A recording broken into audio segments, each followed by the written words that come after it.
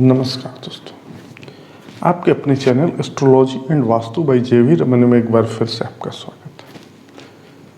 आज का टॉपिक है पंचक। क्या है, क्या क्या इसमें नहीं करना चाहिए, इसको क्यों अशुभ माना जाता है, क्या यह शुभ भी है, कितने प्रकार के पंचक होते हैं, मैं आज आपको विस्तृत रूप से बताऊंगा क्या है पंचक। और मैं आपसे उम्मीद भी करूंगा कि आप इस वीडियो को बिना स्किप किए हुए अंत तक देखें ताकि सारी जानकारी आपको मिल सके। मेरा आपसे एक और निवेदन है कि यदि आप हमारे चैनल पर नए हैं यानी प्रथम बार आए हैं तो आप हमारे चैनल को सब्सक्राइब कर लें, और यदि आप हमारे चैनल को सब्सक्राइब कर चुके हैं और बेल आइकॉन जिसको घंटी का बटन कहते हैं नहीं दाबे हैं तो घंटी का बटन दाब लें ताकि इस तरह का नोटिफिकेशन सर्वप्रथम आप तक पहुंच सके और आप हमारे चैनल पर बने रहें। तो आइए इस वीडियो में बिना कुछ किए आगे बढ़ते हैं। पंचक क्या है? देखिए, हमारे एस्ट्रोलॉजी ज्योतिष में 27 नक्षत्र, तो हर नक्षत्र एक दिन का होता है, तो 27 दिन में फिर वही नक्षत्र आएगा। 27 नक्षत्र में अंतिम का जो 5 नक्षत्र हुआ यानी धनिष्ठ नक्षत्र से लेकर रेवती नक्षत्र तक, मतलब धनिष्ठ नक्षत्र, शतभिषा नक्षत्र, पूर्व भाद्रपद, उत्तरा भाद्रपद और रेवती नक्षत्र, ये पांचों नक्षत्र पंचक माना गया, को अशुभ माना गया है। ये पंचक होता है। 27 दिन में 5 दिन पंचक का होगा। पंचक मतलब 5। देखिए, समझिए, खुद ब खुद वो बता रहा है। अभी बहुत रोचक चीज आपको जानने को मिलेगा।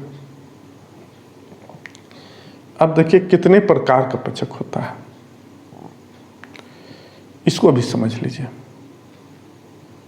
रोग पंचक, जो पंचक रविवार के दिन से शुरू होगा उसको रोग पंचक कहते हैं। इस पंचक में शारीरिक और मानसिक रूप से परेशानी होगी। राज पंचक, जो पंचक सोमवार के दिन से शुरू होगा यानी सोमवार के दिन धनिष्ठ नक्षत्र आएगा, इसका मतलब ये हुआ धनिष्ठ पहला है पंचक का। ये चीज भी जान लीजिए, उसी दिन से शुरुआत हो रहा है पंचक का, तो वहां से 5 दिन रहेगा, तो उसको राज नक्षत्र कहते हैं। सोमवार को शुरू होगा, ये शुभ माना जाता है। इसमें आप बहुत सारे काम कर सकते हैं। अभी मैं आपको आगे बताऊंगा डिटेल से। फिर होता अग्नि पंचक, तो जो पंचक मंगलवार के दिन से शुरू होगा वो अग्नि पंचक कहलाएगा।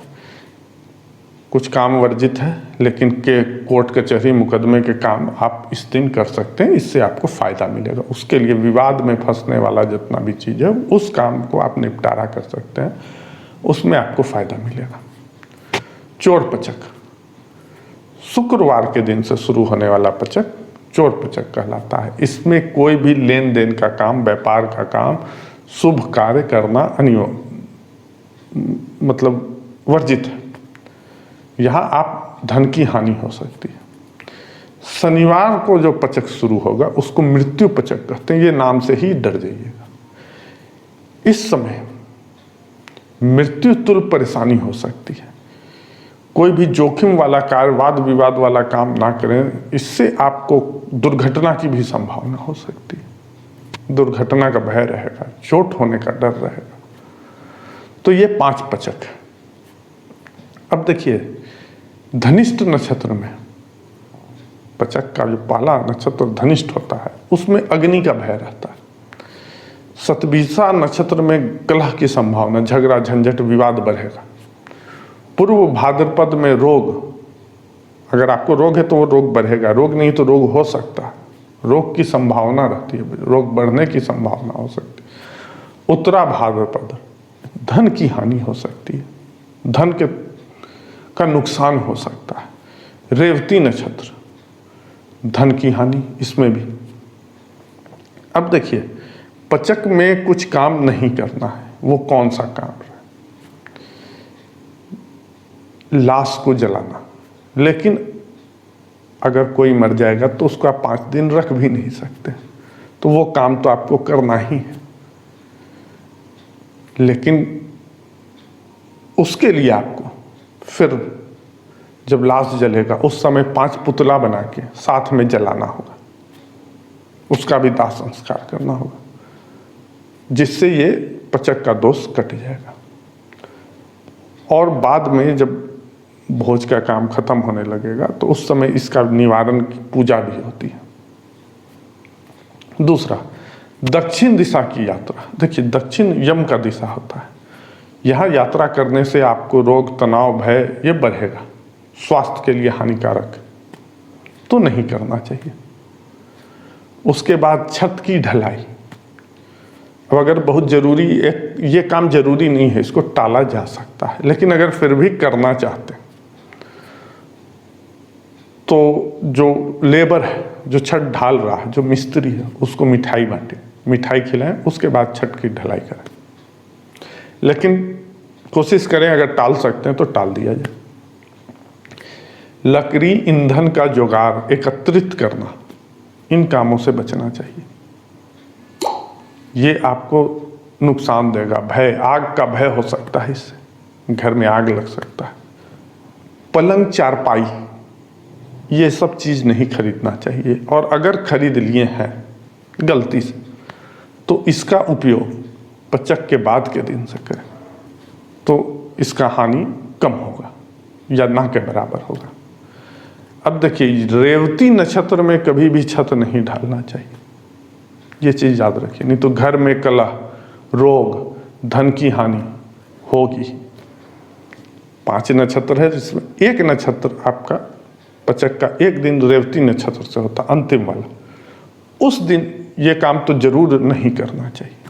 अब मैं आपको बताऊंगा कि पचक का एक और चीज जानिए, भय नहीं है।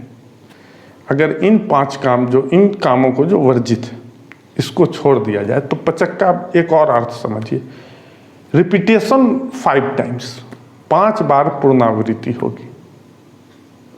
तो आप कोई भी अशुभ काम ना करें, नहीं तो वो 5 बार हो सकता है। लेकिन शुभ काम अगर आप करते हैं, जैसे घर खरीद रहे हैं, गाड़ी खरीद रहे हैं या जेवर खरीद रहे हैं, तो इसकी पुनरावृत्ति 5 बार हो सकती है, ये माना जाता है।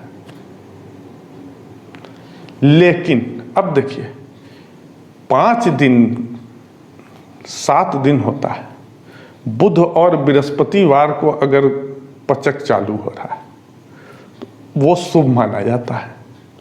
उसमें आप जब बुधवार से अगर पचक चालू हो रहा है या बृहस्पतिवार से चालू हो रहा है तो वो शुभ माना जाता है। ये चीज़ नोट कर लीजिए। सिर्फ उसमें जो काम वर्जित है, जो आपको बताया गया, 4-5 काम जो वर्जित था, उनको छोड़ के बाकी कोई भी काम आप कर सकते हैं, शुभ काम।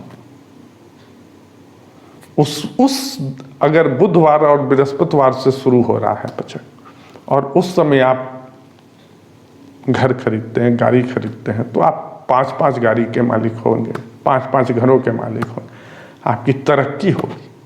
सिर्फ पचक दोष ही नहीं है, ये शुभ फल भी देता है।